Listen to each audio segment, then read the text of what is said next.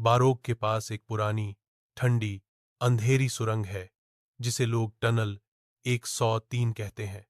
कहते हैं, यह सुरंग दिन में जितनी शांत लगती है, रात में उतनी ही डर पैदा करती है। क्योंकि इसी सुरंग में कर्नल बैरोग की आत्मा आज भी घूमती है, धीरे, बिल्कुल शांति से, जैसे किसी का इंतजार कर रही हो। कई लोगों ने बताया है, जब वे रात में सुरंग से गुजर रहे थे, तो उन्हें पीछे से कदमों की आवाज सुनाई दी। टप, टप टप, पहले धीमी, फिर तेज। मोड़कर देखा तो चारों तरफ अंधेरा, कोई नहीं। लेकिन चलते ही महसूस हुआ कोई साथ साथ चल रहा है।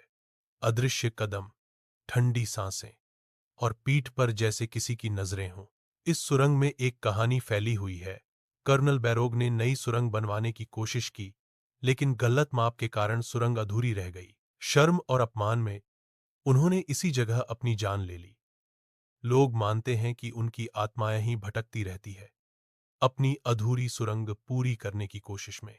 और अगर कोई रात में उनका नाम ले, तो पहले गहरी शांति छा जाती है, फिर अचानक कदमों की तेज आवाज पास आने लगती है।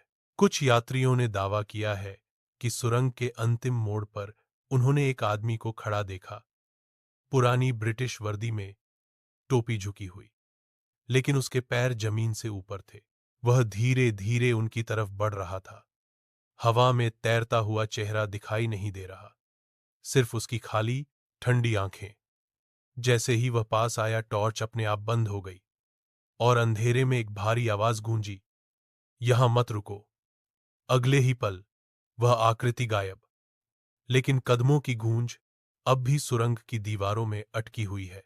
बारोक की टनल 103 शांत, सुंदर और बिल्कुल सामान्य दिखती है, लेकिन रात में यह सुरंग किसी एक व्यक्ति की नहीं रहती। कर्नल बैरोग आज भी अपने अधूरे रास्ते पर किसी के साथ कदम मिलाने इंतजार कर रहे हैं।